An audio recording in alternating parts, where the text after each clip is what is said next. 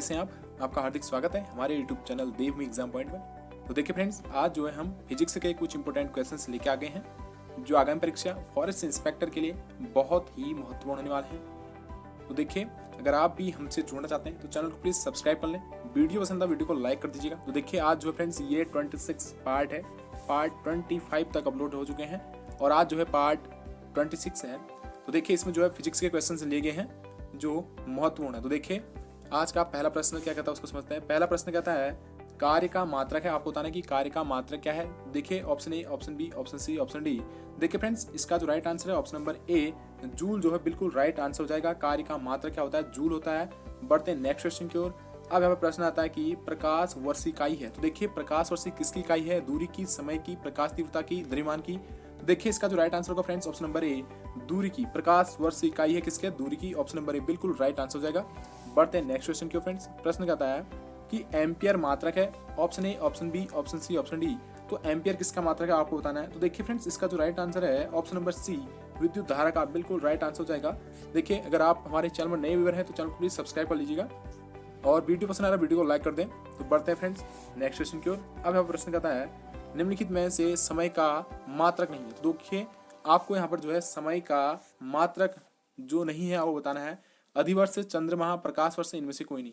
देखिए, इनमें से जो राइट आंसर है ऑप्शन नंबर सी, प्रकाश वर्ष जो फ्रेंड्स बिल्कुल राइट आंसर हो जाएगा। इनमें से जो है समय का मात्रक नहीं है वो क्या है? प्रकाश वर्ष, बिल्कुल राइट आंसर है।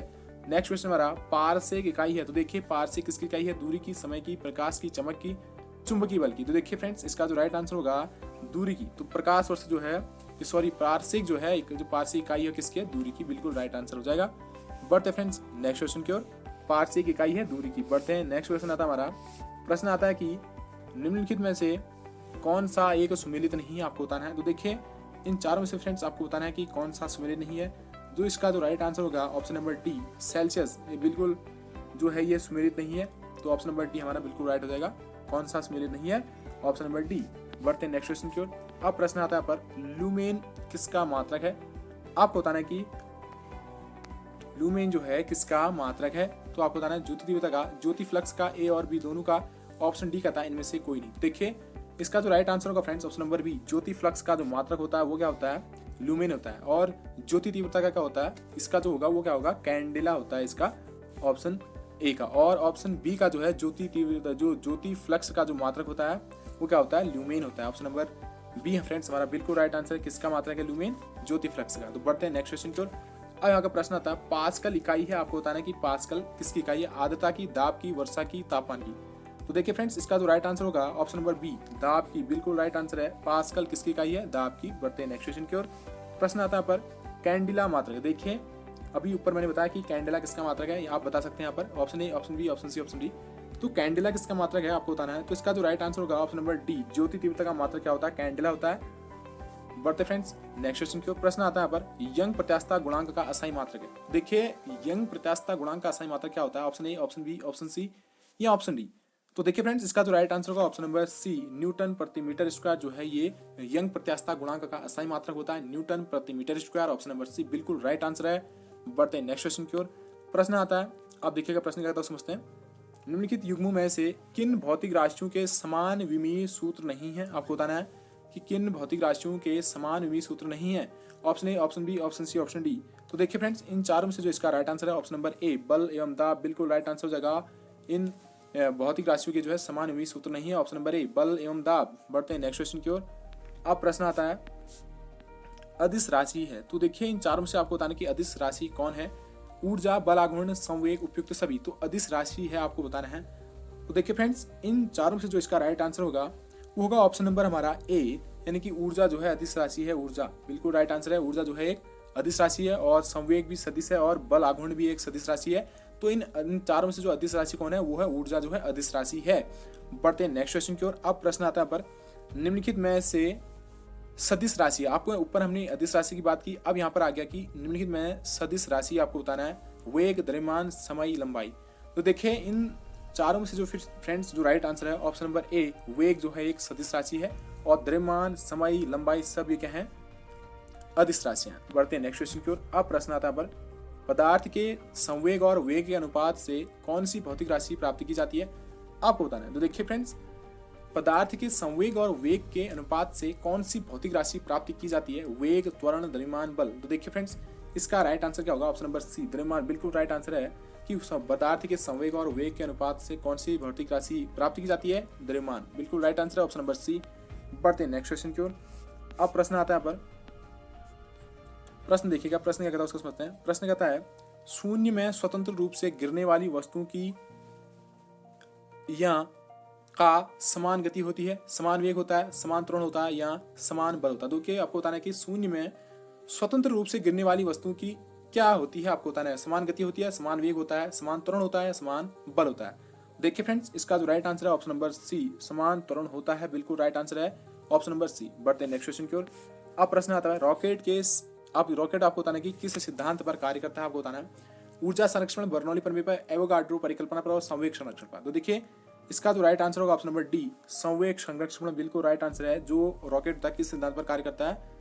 संवेग संरक्षण के सिद्धांत पर कार्य करता है। ऑप्शन नंबर डी फ्रेंड्स हमारा बिल्कुल राइट आंसर है। बढ़ते नेक्स्ट क्वेश्चन की ओर। अब प्रश्न आता है पर कि अश्व यदि एकाएक चलना प्रारंभ कर दे तो अश्वारोही के गिरने की आशंका का कारण है, आपको बताना है। अश्व यदि एकाएक चलना प्रारंभ कर दे तो अश्वारोही के गिरने की आशंका का कारण क्या है? जड़त्वागुण, द्रव्यमान का संरक्षण नियम, विश्राम जड़त्व, गति का तीसरा नियम। तो देखिए, इसका जो राइट आंसर होगा ऑप्शन नंबर सी, विश्राम जड़त्व। बिल्कुल राइट आंसर है ऑप्शन नंबर सी। बढ़ते हैं नेक्स्ट क्वेश्चन की ओर। अब प्रश्न आता है पर कि चलती हुई बस जब अचानक ब्रेक लगाती है तो उसमें बैठे हुए यात्री आगे की ओर दिशा में गिरते हैं। तो इसको किसके द्वारा समझा जा सकता है, आपको बताना है। सापेक्षता का सिद्धांत, न्यूटन का पहला नियम, न्यूटन का दूसरा नियम, न्यूटन का तीसरा नियम। अब आपको बताना है कि चलती हुई बस जब अचानक ब्रेक लगाती है तो उसमें बैठे हुए यात्री जो है आगे की ओर दिशा में गिरते हैं। तो इसको किस नियम द्वारा आपको हम समझा सकते हैं, आपको बताना है। तो देखिए फ्रेंड्स, इसका जो राइट आंसर है ऑप्शन नंबर बी, न्यूटन का पहला नियम। बिल्कुल राइट आंसर जाएगा। इससे हम समझा सकते हैं इसको, न्यूटन का पहला नियम। बढ़ते नेक्स्ट क्वेश्चन की ओर। अब प्रश्न आ गया पर बल का गुणनफल है, आपको बताना है। तो देखिए, बल का गुणनफल है द्रव्यमान और वेग का, द्रव्यमान और त्वरण का, भार और वेग का, और भार और त्वरण का। देखिए फ्रेंड्स, इसका जो राइट आंसर होगा इन चारों में से जो है ऑप्शन नंबर बी हमारा, द्रव्यमान और त्वरण का। बिल्कुल right answer option number B. बढ़ते फ्रेंड्स नेक्स्ट क्वेश्चन की ओर। अब यहाँ पर प्रश्न आता है, शरीर का वजन आपको बताना है कि पृथ्वी की सतह पर सभी जगह एक समान होता है। ऑप्शन बी कहता है ध्रुव पर अधिकतम होता है। ऑप्शन सी कहता है विषुवत रेखा पर अधिकतम होता है। ऑप्शन नंबर डी कहता है मैदानों की तुलना में पहाड़ियों पर अधिक होता है। तो शरीर का वजन आपको बताना है कि कहाँ पर कैसा होता है। देखिए फ्रेंड्स, इन चारों में से जो इसका राइट आंसर है ऑप्शन नंबर बी हमारा, बिल्कुल राइट आंसर है, ध्रुवों पर अधिकतम होता है। ऑप्शन नंबर बी, शरीर का वजन ध्रुव पर अधिकतम होता है। ऑप्शन नंबर बी हमारा बिल्कुल राइट आंसर हो जाएगा। तो बढ़ते हैं नेक्स्ट क्वेश्चन की ओर। प्रश्न कहता है, उसको समझते हैं।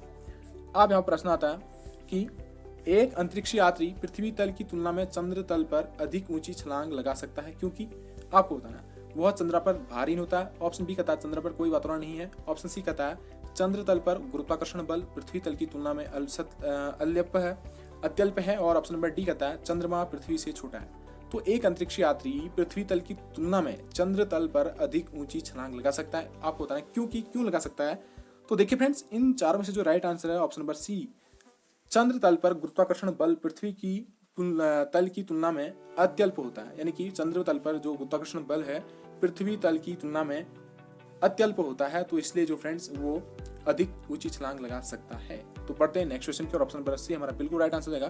तो देखिए फ्रेंड्स, नेक्स्ट क्वेश्चन क्या समझते हैं। अब यहाँ पर प्रश्न आता है कि बिजली के बल्ब का फिलामेंट किस तंतु का बना होता है। तो देखिए, बिजली का फिलामेंट जो है किस तंतु का बना होता है, आपको बताना है। देखिए फ्रेंड्स, इन चारों में से जो इसका राइट आंसर आपको बताना है। तो इन चारों में से जो राइट आंसर है वो है हमारा ऑप्शन नंबर डी, टंगस्टन का बना होता है। जो बल्ब का फिलामेंट होता है किसका बना होता है, टंगस्टन का। ऑप्शन नंबर डी फ्रेंड्स हमारा बिल्कुल राइट आंसर हो जाएगा। तो बढ़ते हैं नेक्स्ट क्वेश्चन की ओर। अब प्रश्न कहता है, विद्युत हीटर का एलिमेंट निम्नलिखित में से किस धातु का बना होता है। अब देखिए, बल्ब का, यहाँ तो बल्ब का फिलामेंट की बात हो रही है, वो किसका बना होता है, टंगस्टन का बना होता है बल्ब का फिलामेंट। और यहाँ बात हो रही है विद्युत हीटर का एलिमेंट निम्नलिखित में से किस धातु का बना होता है। तो देखिए फ्रेंड्स, इन चारों में से जो इसका राइट आंसर होगा ऑप्शन नंबर ए, नाइक्रोम का। बिल्कुल राइट आंसर है, किसका बना होता है, नाइक्रोम का। बढ़ते हैं नेक्स्ट क्वेश्चन पर। अब प्रश्न यहाँ पर आता है कि यदि 100 वाट वाले 10 बल्ब प्रतिदिन 1 घंटा जलते हैं तो प्रतिदिन विद्युत ऊर्जा के उपयोग का मान होगा, आपको बताना है। 1 यूनिट, 100 किलोवाट प्रति घंटा, 10 यूनिट या 10 किलोवाट घंटा। तो देखिए, इन चारों में से फ्रेंड्स इसका राइट आंसर है ऑप्शन नंबर ए, 1 यूनिट। बिल्कुल राइट आंसर हो जाएगा। बढ़ते हैं नेक्स्ट क्वेश्चन की ओर। अब प्रश्न कहता है यहाँ पर, तड़ित चालक का आविष्कार किसने किया था।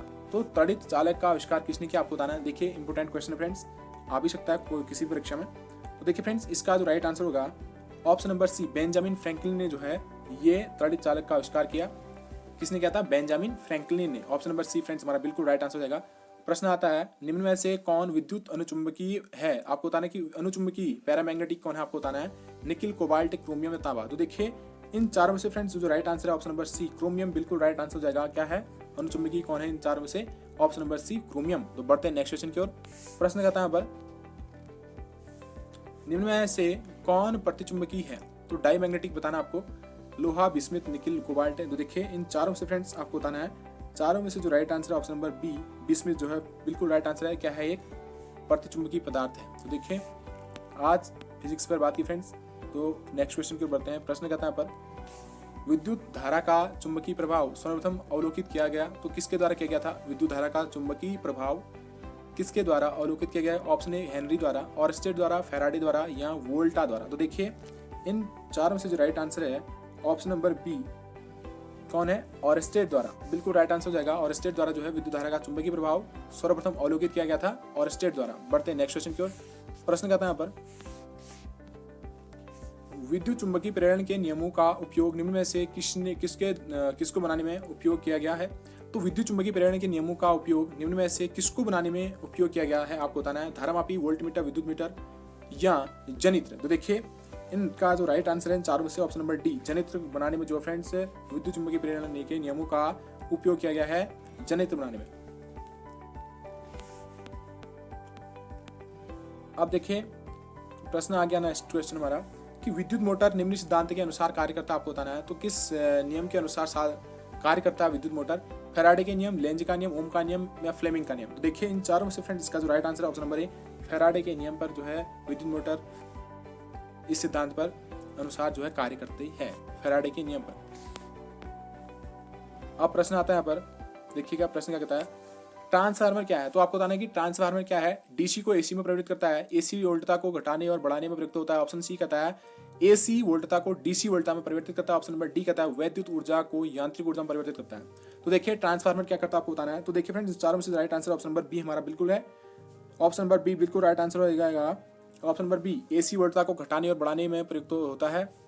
एसी वोल्टता को घटाने और बढ़ाने में प्रयुक्त होता है। ट्रांसफार्मर क्या है? एसी वोल्टता को घटाने और बढ़ाने में प्रयुक्त होता है ट्रांसफार्मर। तो बढ़ते हैं नेक्स्ट क्वेश्चन की, ऑप्शन बी राइट हो जाएगा। प्रश्न कहता है लेंज का नियम निम्नलिखित में से किसके लिए आवश्यक है? आपको बताना है। तो लेंज का नियम ऊर्जा का संरक्षण के लिए, द्रव्यमान का संरक्षण के लिए, रेखी संवेग संरक्षण या कोणीय संवेग संरक्षण। तो लेंज का नियम निम्नलिखित में से किसके लिए आवश्यक है? आपको बताना है। देखिए इन चारों में से जो राइट आंसर है ऑप्शन नंबर ए हमारा ऊर्जा का संरक्षण, बिल्कुल राइट आंसर है। किसके लिए आवश्यक है? ऊर्जा का संरक्षण के लिए लेंज का नियम आवश्यक है। ऑप्शन नंबर ए बिल्कुल राइट हो जाएगा। नेक्स्ट क्वेश्चन है, परमाणु के नाभिक में होते हैं, आपको बताना है प्रोटॉन, न्यूट्रॉन या प्रोटॉन, इलेक्ट्रॉन, न्यूट्रॉन और इलेक्ट्रॉन। ऑप्शन सी कहता है सिर्फ इलेक्ट्रॉन, पर तो परमाणु के नाभिक में होते हैं, सभी को होता है। तो देखिए इन चारों में से जो राइट आंसर होगा वो होगा फ्रेंड्स हमारा ऑप्शन नंबर ए, बिल्कुल राइट आंसर। प्रोटॉन और न्यूट्रॉन जो है ये परमाणु के नाभिक में होते हैं। तो देखिए फ्रेंड्स आज हमने कुछ इंपोर्टेंट क्वेश्चंस पर डिस्कस की। अगर वीडियो पसंद आए वीडियो को लाइक कर दीजिएगा, चैनल में नए व्यूअर है तो चैनल को सब्सक्राइब कर ले। मिलते हैं नेक्स्ट वीडियो में पार्ट 27 के साथ, तब तक ढेर सारी शुभकामनाएं।